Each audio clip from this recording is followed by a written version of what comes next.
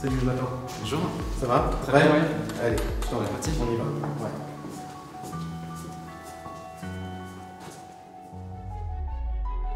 Il s'appelle Jonathan Flao, il a 29 ans, il a cofondé une entreprise il y a 1 an et demi, il est originaire de Tours, avec un produit qui se promet de minimiser les dégâts dans les maisons en cas d'inondation. Jonathan, bonjour, approchez-vous du jury. Bonjour à tous. Vous êtes en Bonjour. face, je vous rappelle les règles du jeu, vous avez 3 minutes pile poil pour expliquer et convaincre. Très Top bien. chrono, c'est à vous. Alors mon projet consiste à protéger les maisons contre les inondations.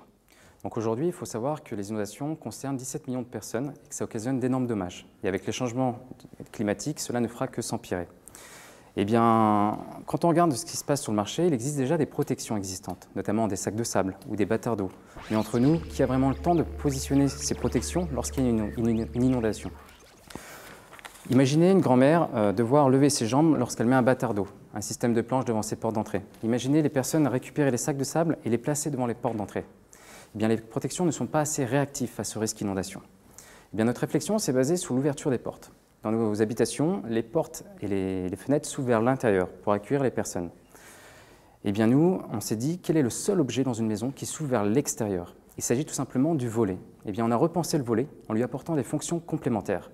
Imaginez un véritable bouclier face à l'eau pour se protéger des inondations via un geste du quotidien.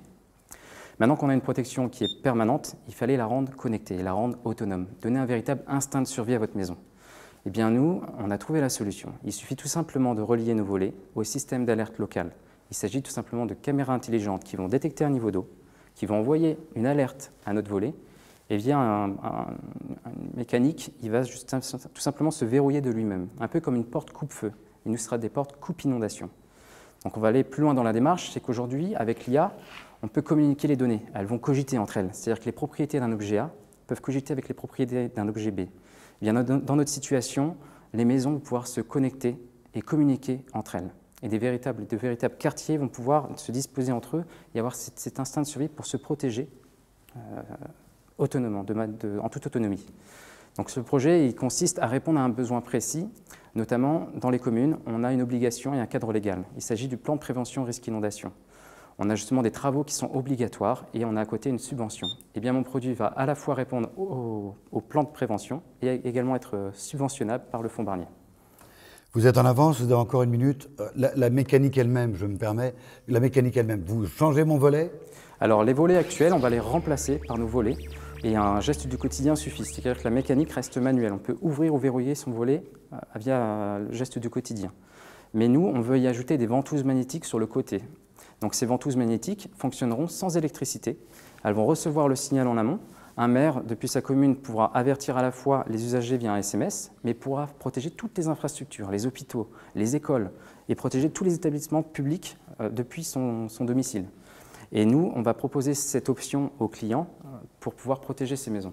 Le volet sera imperméable, rendra imperméable mes maisons. Alors il sera, en plus d'avoir une étanchéité à l'air et à l'eau, il va avoir un confort acoustique et thermique qui va être amplifié.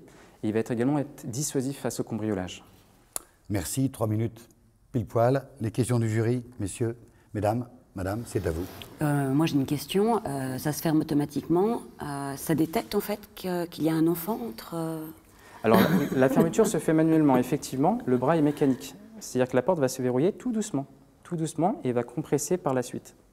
Donc le plan de joint entre le volet et l'encadré. Alors j'ai du mal à comprendre. Tout à l'heure, en fait, tu as dit que quand une alerte était lancée, ça permettait en fait que les portes se fermaient d'elles-mêmes, en fait, automatiquement, sans l'intervention humaine. Donc la ventouse, le courant va se couper et on a un bras mécanique, comme une porte coupe-feu, qui va intervenir et verrouiller le dispositif. On peut le verrouiller manuellement, c'est simplement pour les cas d'oubli ou les entreprises ou des établissements que j'ai mis en Airbnb ou que je n'ai pas pensé justement à verrouiller mon volet, je peux mettre cette option d'autonomie à mes volets. Autre question, Claude Taillet. Oui, vous avez pensé à protéger votre système. Alors aujourd'hui, on a déposé un premier brevet. On a fait une étude de brevetabilité et également une liberté d'exploitation sur plusieurs pays. On a détecté 3 brevets aujourd'hui sur lesquels on a dû se défendre. Donc il existe aujourd'hui des portes étanches dans le domaine aéronautique ou autre. Donc nous, on a trouvé justement une innovation à notre produit et notamment sur des systèmes de magnétique connectés en soi. Donc ça, c'est en cours, tout a été établi et puis on a avancé au niveau de la propriété intellectuelle. On est propriétaire. Fabien. En modèle économique et au niveau de vos clients, vous avez pensé aux assureurs? Alors les assureurs, effectivement, font partie de notre business model, étant donné que quand on est en zone inondable, on paye une franchise plus élevée. Nous, on va pouvoir faire du rachat de crédit à la concurrence en disant, voilà, si nous, on peut minimiser les dégâts, on peut diminuer le taux de transformation des dégâts causés par l'inondation dans tel secteur, et on peut proposer justement aux assureurs, aux promoteurs immobiliers, justement de préconiser notre produit. Jean? Calendrier de votre programme? Aujourd'hui, on vient tout juste de terminer la phase de recherche et développement. Le produit est prêt à être industrialisé et on commence la phase de commercialisation là, à la fin du mois. L'objectif, c'est de faire 15 ventes et ensuite on passe sur une levée de fonds parce que j'ai un investisseur privé qui est prêt à mettre 500 000 € sur la table. Yves, comment vous adaptez à la grande diversité des ouvertures? Vous avez des portes de garage, vous avez des bleus, des rouges, des jaunes, vous avez une notion esthétique. Voilà, tout à fait. Donc il s'agit d'une gamme de produits qu'on va amener petit à petit, qui va se faire de manière modulable. Donc pour les grandes ouvertures, c'est simplement des systèmes de volets pliables, ou alors des manières modulables comme un bâtard d'eau. Ça va être un produit hybride entre un volet et un bâtard d'eau. Donc là, il est en cours également pour les grandes ouvertures, c'est en cours en recherche et développement. Ça prendra à peu près 6 mois pour le développement des grandes ouvertures. Et la notion esthétique, parce que vous avez des volets en bois, des volets du coup... Alors notre produit est en matière composite, donc du polyester avec de la fibre de verre. Ça résiste à l'eau, c'est la matière qu'on utilise pour les coques de bateau. Donc en soi, il est personnalisable, on peut y apporter de l'adhésif, on peut y coller des objets et on peut le peindre.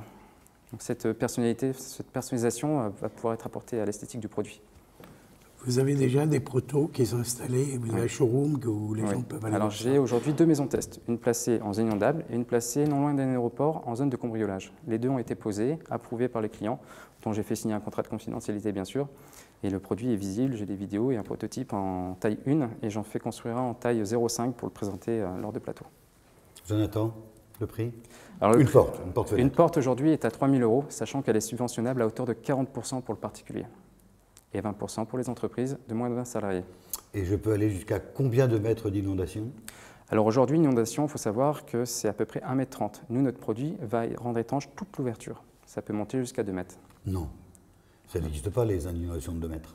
Ça peut exister, ça s'appelle des effets de ruissellement. Il s'agit tout simplement de l'eau qui va glisser sur le béton et qui va atteindre 2 mètres et glisser après en bas vers les crues. Monsieur les membres du jury, est-ce que vous avez d'autres questions? On a encore le temps, il a été très bref, oui. Comment t'es venue l'idée? Alors, je travaillais justement à la banque auparavant, et une personne âgée me parlait du changement climatique, il me dit il faut faire quelque chose. Je suis allé chez lui, j'ai vu un tas de dossiers sur ces inondations, ce sont des recherches depuis 15 ans. Il m'a dit regarde le marché des inondations, il faut faire quelque chose. J'ai lu, il avait eu l'idée de faire des panneaux mobiles, j'ai dit mais on ne peut pas faire des panneaux mobiles, sinon on revient au même que le bâtard d'eau, ce n'est pas des protections qui étaient permanentes. Il faut nous un système de crochets, des ventouses et également des crémones et des charnières qui devaient être sur place pour pouvoir mettre en place ce produit-là. Le cursus, c'est quoi?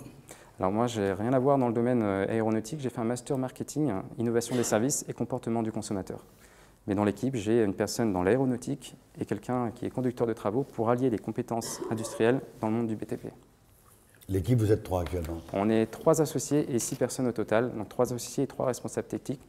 Une personne qui m'apporte son expertise, il s'agit du fils de François Wolski, donc un des interprètes du projet, et qui lui était, si vous voulez, il est major à la gendarmerie en côté aéronautique.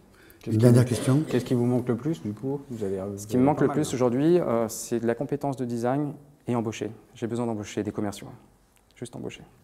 Dernière question très personnelle, vous avez investi beaucoup de votre argent? Personnellement, on a investi jusqu'à 30 000 € de notre poche depuis 1 an et demi avec mes 3 associés. Toutes vos économies?